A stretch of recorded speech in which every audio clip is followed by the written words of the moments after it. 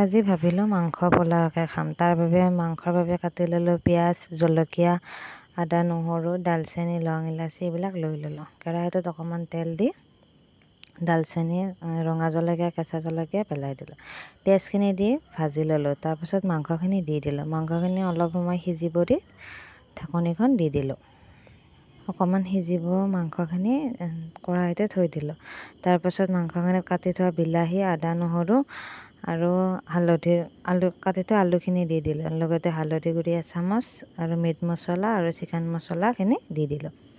এইভাবে পোলাওৰ বাবে কাটি থলোঁ সৰু এটা গাজৰ, লেচৰা আৰু কাজু বাদাম, লগতে সেইখিনি দি দিলোঁ। এতিয়া মাংসখিনি ভালকৈ ফ্ৰাই কৰি পানী দি দিলোঁ। এতিয়া ইয়াত পোলাও বনাবৰ বাবে কুকাৰটো দি দিলোঁ। অকণমান তেল দি অলপমান চেনি দিলোঁ। মাংসখিনি এবাৰ চালোঁ, ইয়াত দালচেনি আৰু কাজু, পিঁয়াজ সেইখিনি একেবাৰতে কুকাৰত দি দিলোঁ। দি পেলাই অকণমান লাৰি দিলোঁ।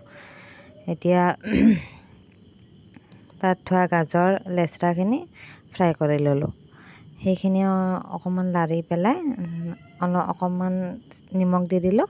তাৰপাছত থৈ দিয়া জহা চাউলখিনি তাত পেলাই দিলোঁ। এতিয়া চাউলখিনি অকণমান লৰাই, বেছি লাৰিব নালাগে কাৰণ লাৰিলে ভাঙি যায় আৰু পোলাওখিনি ভাল নহয়। অকণমান লাৰি পানী দি তাত ঘিউ এচামুচ দি দিলোঁ আৰু কুকাৰত ঢাকনখন মাৰি দিলোঁ। এইপিনে মাংস আঞ্জা হৈ গ'ল আৰু এইপিনে কুকাৰৰ চিটি যাবলৈ দিলোঁ।